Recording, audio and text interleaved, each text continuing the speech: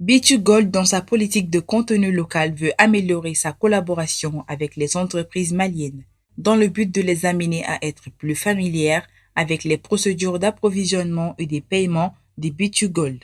Le représentant du ministère des Mines s'est réjoui de ce genre d'initiative. Le problème qu'on avait eu au départ, c'était qu'il n'y avait pas de plateforme, il n'y avait pas de cadre où les gens pouvaient se retrouver, partager cette idée de contenu local, partager les besoins des mines.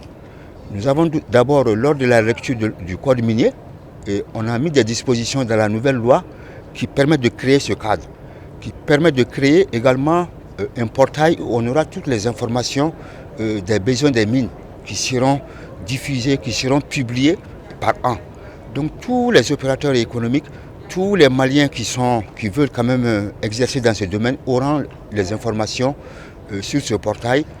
Et quant au gouvernement, je crois que ça ne fera qu'augmenter la part de l'activité minière dans le PIB.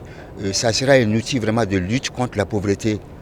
Le directeur des finances de B2Gold, Issa Diarap, explique davantage les raisons de cette cession. Depuis son arrivée au Mali en 2015, B2Gold a voulu privilégier la collaboration avec les fournisseurs locaux. Et on a commencé avec certains fournisseurs, mais on s'est confronté à un problème de compétences. C'est-à-dire, OK, il y avait tous des retards dans les livraisons, dans l'exécution des tâches.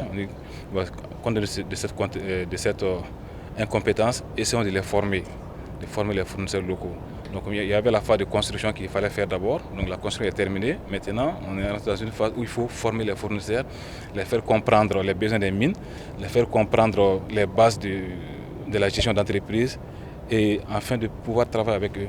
C'est pour cette raison qu'on a voulu organiser cette session aujourd'hui. Bassadi Touré, un participant, s'est dit satisfait de la tenue de cet événement. Très nécessaire, elle est utile, elle va nous permettre de parler, de comprendre les difficultés des uns et des autres pour pouvoir avancer. Parce qu'on a intérêt à ce que les entreprises locales puissent vraiment s'intégrer dans les mines pour avoir plus de retombées locales de ces sociétés minières. L'ensemble des Maliens disent, bon, on ne voit pas l'or briller, mais ils ne doivent pas chercher l'or en tant que tel. Il faut, qu'est-ce qui fait qu'on produit? Il faut s'attaquer à ça.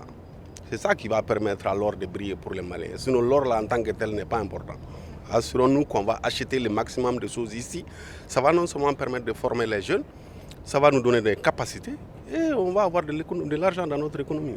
Pour rappel, ces sessions visent à mieux outiller les entreprises maliennes pour qu'elles répondent aux offres venant de B2Gold. Ils sont 20 fournisseurs locaux sélectionnés pour participer à cette session d'information et d'échange.